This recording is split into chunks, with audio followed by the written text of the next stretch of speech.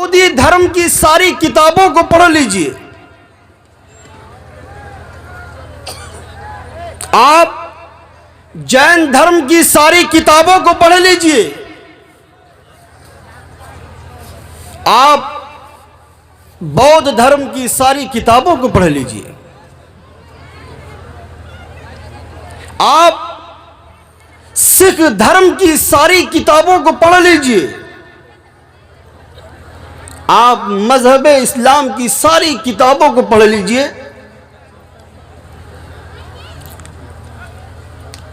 آپ کو کہیں پر بھی موت کے سلسلے میں کوئی اختلاف نظر نہیں آئے گا. موت ایک ایسی اٹل حقیقت ہے، ایک ایسی سچائی ہے جس سے کوئی بھی جس کا انکار کر ہی نہیں سکتا ہے. اللہ رب العالمین نے قرآن میں فرمایا وَمَا جَعَلْنَا لِبَشَرٍ مِّن قَبْلِكَ الْخُلْدَ أَفَإِن مِّتَّ فَهُمُ الْخَالِدُونَ كُلُّ نَفْسٍ ذَائِقَةُ الْمَوْتِ. اے نبی، اے رسول، آپ سے پہلے میں نے جتنے لوگوں کو دنیا میں بھیجا تھا، آپ سے پہلے میں نے جتنے لوگوں کو دنیا میں بھیجا تھا، میں نے سب پر موت دی ہے، سب دنیا سے چلے گئے ہیں. اے نبی، آپ پر بھی موت آئے گی، آپ کو بھی اس دنیا سے جانا ہے. اے نبی، آپ کافروں سے بھی کہہ دیجئے کہ تمہیں بھی موت آئے گی، تمہیں بھی دنیا کو چھوڑ کر جانا ہے. کل نفس ذائقۃ الموت. دنیا کے اندر جو بھی آیا ہے اس کو اس دنیا کو چھوڑ کر جانا ہے. کسی کو موت سے مفر نہیں ہے. کوئی بادشاہ ہو اس کو بھی موت سے چھٹکارا نہیں ہے، کوئی امیر ہو اس کو بھی موت سے چھٹکارا نہیں ہے، کوئی غریب ہو اس کو بھی موت سے چھٹکارا نہیں ہے. دنیا کے اندر جو بھی آیا ہے اس کو موت سے چھٹکارا نہیں ہے. موسیٰ علیہ السلام کے پاس اللہ رب العالمین نے ملک الموت کو بھیجا. ملک الموت موسیٰ علیہ السلام کے پاس آئے. جب ملک الموت موسیٰ علیہ السلام کے پاس آتے ہیں، موسیٰ علیہ السلام ملک الموت کی ایک آنکھ پھوڑ دیتے ہیں. ملک الموت واپس رب العالمین کے پاس جاتے ہیں اور کہتے ہیں کہ اے میرے پروردگار، تو نے مجھے ایک ایسے آدمی کے پاس بھیجا ہے، تم نے مجھے ایک ایسے شخص کے پاس بھیجا ہے جو موت نہیں چاہتا ہے، جو مرنا نہیں چاہتا ہے. رب العالمین فرماتا ہے کہ جاؤ میرے فرشتے موسیٰ کو کہو، موسیٰ کو جا کر کہو کہ وہ ایک بیل کی پیٹھ پر اپنا ہاتھ رکھے، اور موسیٰ کے ہاتھ کے نیچے جتنے بال آئیں گے ہر ایک بال کے بدلے موسیٰ کو 1 سال مزید عمر دی جاتی ہے. اگر موسیٰ علیہ السلام کے ہاتھ کے نیچے 500 بال آتے ہیں تو 500 سال عمر میں زیادہ کر دی جائے گی. اگر موسیٰ علیہ السلام کے ہاتھ کے نیچے 1000 بال آئیں گے تو موسیٰ علیہ السلام کو 1000 اور عمر دی جائے گی. موسیٰ علیہ السلام کہنے لگے میرے پروردگار، 1000 جینے کے بعد کیا ہوگا، 500 سال جینے کے بعد کیا ہوگا؟ رب العالمین فرمانے لگے، کہنے لگے موسیٰ اس کے بعد تمہیں دنیا سے جانا ہے، تم پر موت آئے گی. موسیٰ علیہ السلام کہنے لگے اے میرے پروردگار، 500 سال جینے کے بعد پر بھی میرے اوپر موت آئے گی، 1000 سال جینے کے بعد مجھ پہ موت آئے گی، موت سے مجھے چھٹکارا نہیں ہے. اللہ کہتا ہے کہ موسیٰ موت سے کسی کو چھٹکارا نہیں ہے. موسیٰ علیہ السلام کہنے لگتے ہیں کہ رب العالمین تب ابھی مجھے موت منظور ہے. موت ایک ایسی اٹل حقیقت ہے، ایک ایسی کڑوی سچائی ہے جس سے کسی کو چھٹکارا نہیں ہے. اللہ تعالیٰ فرماتا ہے اینما تکونوا یدرککم الموت، او میرے بندو تم موت سے بھاگ کر کہاں جاؤ گے؟ تم موت سے بھاگ کر کہاں جاؤ گے؟ اگر تم آسمان پر ہوگے، اگر تم زمین کے نیچے ہوگے، اگر تم پانی میں ہوگے، اینما تکونوا، تم جہاں کہیں بھی ہوگے، اگر تم موت سے بچنے کے لیے مضبوط قلعہ بنا لوگے اور اس قلعے کے اندر ذرہ برابر بھی سوراخ نہیں رکھو گے، پھر بھی موت اس قلعے کے اندر جا پہنچے گی، اس قلعے کے اندر بھی اللہ رب العالمین تمہاری موت لے لے گا۔ قل ان الموت الذي تفرون منه فانه ملاقيكم، تم موت سے بچنے کے لیے کہیں بھی چلے جاؤ، تم ہندوستان چھوڑ کر پاکستان چلے جاؤ، موت تمہیں وہاں آئے گی، تم پاکستان چھوڑ کر امریکہ چلے جاؤ، موت وہاں بھی آئے گی، تم امریکہ چھوڑ کر نیپال آ جاؤ، موت تمہارے پیچھے نیپال چلی جائے گی، تم نیپال چھوڑ کر کسی دوسرے دیش میں چلے جاؤ، موت وہاں تک تمہارا پیچھا کرے گی اور تمہیں پکڑ لے گی، تم موت سے بچ نہیں سکتے ہو۔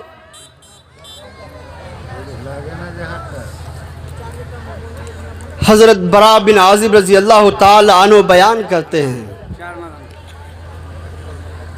کہ ہم اللہ کے نبی صلی اللہ علیہ وسلم کے ساتھ ایک انصاری کا جنازہ لے کر قبرستان پہنچتے ہیں۔ ابھی قبر تیار نہیں ہوئی تھی، لحد ابھی تیار نہیں کی گئی تھی، اللہ کے نبی جناب پاک محمد عربی صلی اللہ علیہ وسلم ایک کنارے بیٹھ جاتے ہیں، نبی کے ہاتھ میں ایک لکڑی ہوتی ہے، اس لکڑی سے اللہ کے نبی زمین کریدتے ہیں۔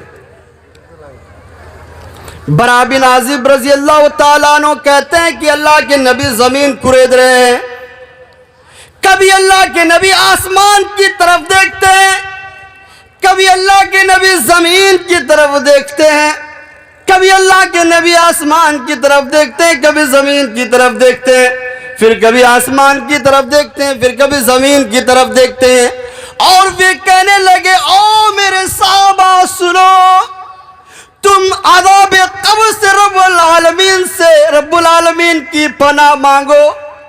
پھر اللہ کے نبی دعا پڑھنے لگے، اللہم انی اعوذ بک من عذاب القبر، اللہم انی اعوذ بک من عذاب القبر، اللہم انی اعوذ بک من عذاب القبر۔ پھر اللہ کے نبی جناب پاک محمد عربی صلی اللہ علیہ وسلم فرمانے لگے، او میرے صحابہ سنو، آج میں تمہارے سامنے ایک مومن کے مرنے کا واقعہ اور ایک کافر کے مرنے کا واقعہ بیان کرتا ہوں، میرے صحابہ سنو۔ صحابہ کرام اس طریقے سے بیٹھ جاتے ہیں، اس طریقے سے مجمع میں بیٹھ جاتے ہیں جیسے صحابہ کرام کے سروں پر پرندے بیٹھے ہوں۔ اللہ کے نبی کہتے ہیں کہ او میرے صحابہ سنو، جب ایک مومن، جب ایک نیک اور صالح آدمی کے مرنے کا وقت قریب آتا ہے تو آسمان سے فرشتے اترتے ہیں، ان کے چہرے سفید ہوتے ہیں، ان کے پاس جنت کا کفن ہوتا ہے، ان کے پاس جنت کی خوشبو ہوتی ہے، پھر ملک الموت آتے ہیں اور ملک الموت آ کر اس نیک اور اس صالح آدمی کے سرانے پر بیٹھ جاتے ہیں، بیٹھ کر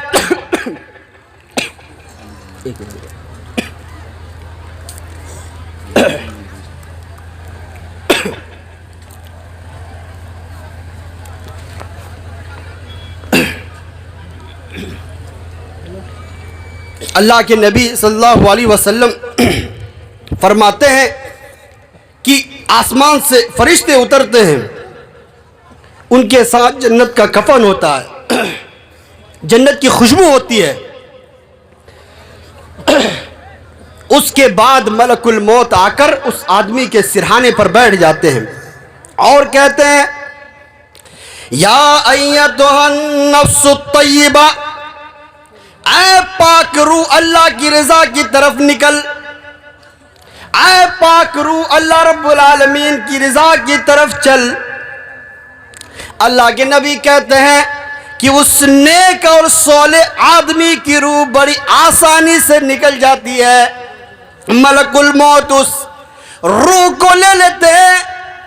جیسے ہی ملک الموت روح کو لیتے ہیں، فرشتے ملک الموت سے روح کو لے لیتے ہیں اور روح کو جنت کے کفن میں لپیٹ کر، جنت کی خوشبو سے لپیٹ کر پہلے آسمان پر پہنچ جاتے ہیں.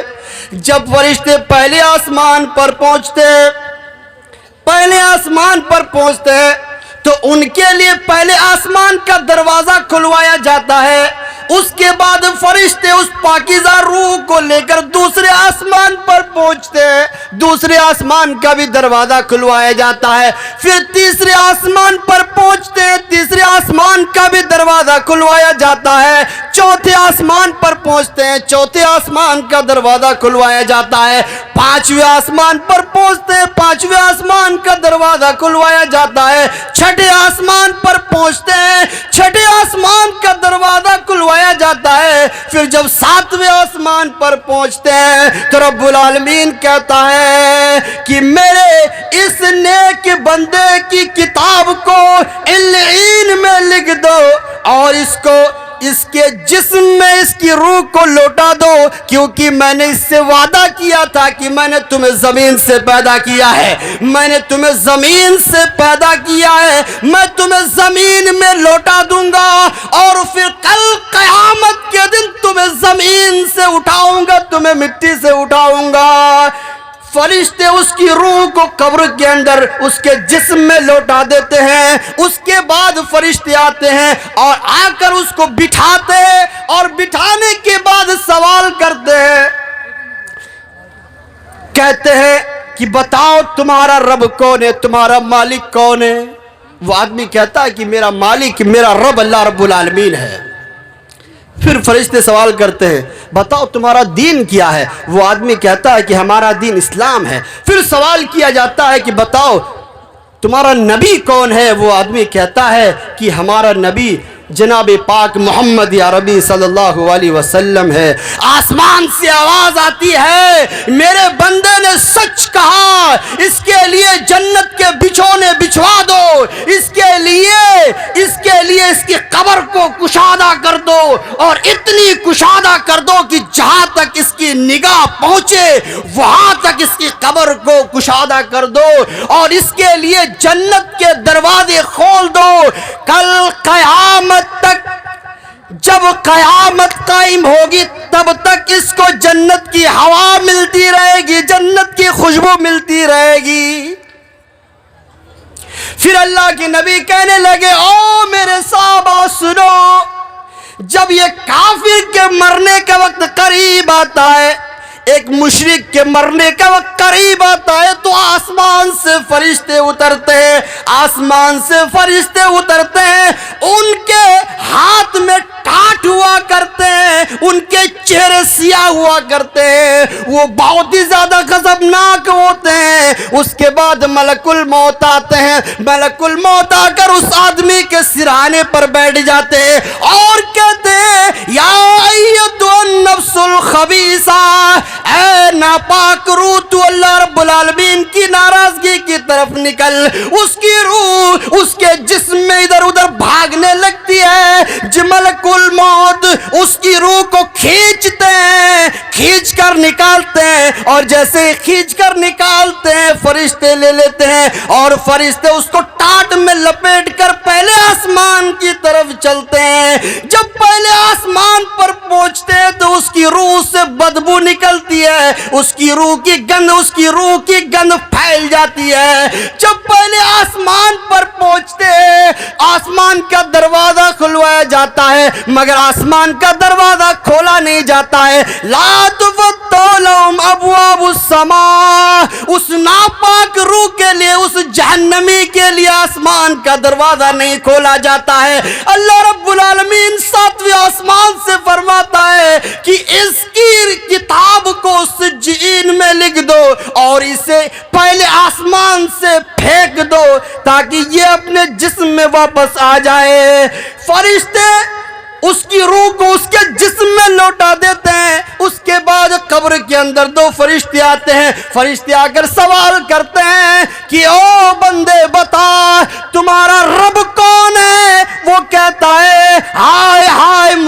کچھ معلوم نہیں ہے۔ پھر سوال کیا جاتا ہے بتاؤ تمہارا دین کیا ہے؟ وہ کہتا ہے ہائے ہائے مجھے اس کی خبر نہیں ہے۔ پھر سوال کیا جاتا ہے بتاؤ تمہارا رسول کون ہے؟ وہ کہتا ہے کہ ہائے ہائے مجھے اس کی کوئی خبر نہیں ہے۔ آسمان سے آواز آتی ہے اس بندے نے جھوٹ کہا ہے، اس نے جھوٹ کہا ہے، اس کے لیے جہنم کا بچھونا بچھوا دیا جائے، اس کے لیے جہنم کا دروازہ کھول دیا جائے تاکہ قیامت تک، جب میں قیامت قائم کروں گا تب تک اس کو جہنم کی بدبودار ہوا ملتی رہے۔ اور قبر کو حکم دی جاتی ہے کہ اس طریقے سے اس کو کچلا جائے، اس طریقے سے اس کو پسلا جائے کہ اس کی ہڈی پسلیاں ایک ہو جائے۔ قیامت تک اس آدمی کے پاس یہی عمل ہوتے رہتا ہے۔ اللہ کے نبی جناب پاک محمد عربی صلی اللہ علیہ وسلم نے فرمایا میرے صحابہ عذاب قبر سے اللہ کی پناہ مانگو۔ عائشہ رضی اللہ تعالی عنہ کہتی ہیں کہ او میرے صحابہ ہمارے نبی ہر نماز میں عذاب قبر سے اللہ کی پناہ مانگا کرتے تھے، تم بھی عذاب قبر سے اللہ کی پناہ مانگا کرو۔ اللہ کے نبی کہتے ہیں کہ میرے صحابہ قبر کی منزل آخرت کی منزلوں میں سب سے پہلی منزل ہے۔ اگر کوئی قبر میں نجات پا گیا تو اس کے لیے آخرت کی ساری منزلیں آسان ہے، اور اگر کوئی قبر کے سوالوں میں پھنس گیا تو اس کے لیے آگے کی منزلیں بہت مشکل ہیں۔ اس لیے میرے بھائیوں عذاب قبر سے ہمیشہ دعا مانگیے، عذاب قبر برحق ہے۔ اللہ کے نبی جناب پاک محمد عربی صلی اللہ علیہ وسلم فرمانے لگے یحشر الناس یوم القیامہ حفاتا عراتا غرلا، کہ او میرے صحابہ سنو، او قیامت تک آنے والے مسلمانوں سنو، کل قیامت کے دن جب سارے لوگ اٹھائے جائیں گے تو ننگے ہوں گے، ان کے جسم پر کوئی کپڑا نہیں ہوگا، ان کے پیر پر چپل نہیں ہوگی، وہ غیر مختون ہوں گے۔ عائشہ رضی اللہ تعالیٰ عنہ سوال کرتی ہے اے اللہ کے نبی کیا عورتوں کے جسم پر بھی کوئی کپڑا نہیں ہوگا؟ اللہ کے نبی کہنے لگے اے عائشہ سنو، اچھی طریقے سے سن لو، کل قیامت کے دن عورتوں کے جسم پر بھی کوئی کپڑا نہیں ہوگا۔ پھر عائشہ رضی اللہ تعالیٰ عنہ سوال کرتی ہے اے اللہ کے نبی ذرا بتائیے کیا وہاں مرد بھی ہوں گے؟ اللہ کے نبی کہتے ہیں اے عائشہ وہاں مرد بھی ہوں گے۔ عائشہ کا دل بے چین ہو جاتا ہے، پھر سوال کرتی ہے اے اللہ کے نبی ذرا بتائیے کیا مردوں کے بیچ، مردوں اور عورتوں کے بیچ میں کوئی پردہ رہے گا، کوئی حائل رہے گا کہ مرد عورت کو نہ دیکھ سکے، عورت مرد کو نہ دیکھ سکے؟ اللہ کے نبی کہنے لگے او عائشہ سنو، کل قیامت کے دن مردوں اور عورتوں کے بیچ میں کوئی پردہ نہیں ہوگا، کوئی حائل نہیں ہوگا۔ عائشہ کہنے لگتی ہے اے اللہ کے نبی تب تو عورتیں شرم کے مارے مر جائیں گی۔ اللہ کے نبی کہنے لگے او عائشہ سنو، اس دن معاملہ اتنا سنگین ہوگا، اتنا خطرناک ہوگا، اتنا بھیاوہ ہوگا کہ ایک آدمی کو دوسرے آدمی کی طرف دیکھنے کی فرصت نہیں ہوگی۔ ایک حاملہ عورت کا حمل گر جائے گا، اس عورت کو معلوم نہیں ہوگا۔ آدمی نشے کی حالت میں دکھیں گے لیکن وہ نشے کی حالت میں نہیں ہوں گے، وہ رب العالمین کے عذاب میں مبتلا ہوں گے۔ اے عائشہ تم قیامت کے منظر کو ہلکے میں لے رہے ہو، کل قیامت کے دن تو ایک حامل عورت کا حمل گر جائے گا اور اس عورت کو پتہ بھی نہیں چلے گا۔ یہ قیامت کا منظر ہوگا، بہت ہی خطرناک منظر ہوگا۔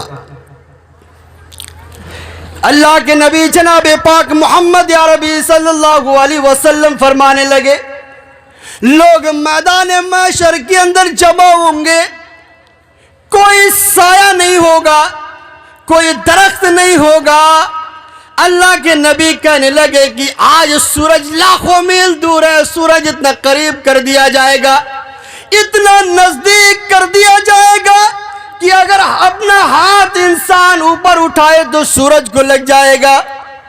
عائشہ رضی اللہ تعالی عنہ سوال کرتی ہے، اے اللہ کے نبی ذرا بتائیے، جب سورج اتنا نزدیک کر دیا جائے گا کہ اگر انسان اپنا ہاتھ اٹھائے تو سورج کو لگ جائے گا، اے اللہ کے نبی بتائیے کہ زمین کی کیا حالت ہوگی؟ اللہ کے نبی کہنے لگے زمین تانبے کی طرح گرم ہوگی، تانبے کی طرح تپ رہی ہوگی۔ میرے مسلمان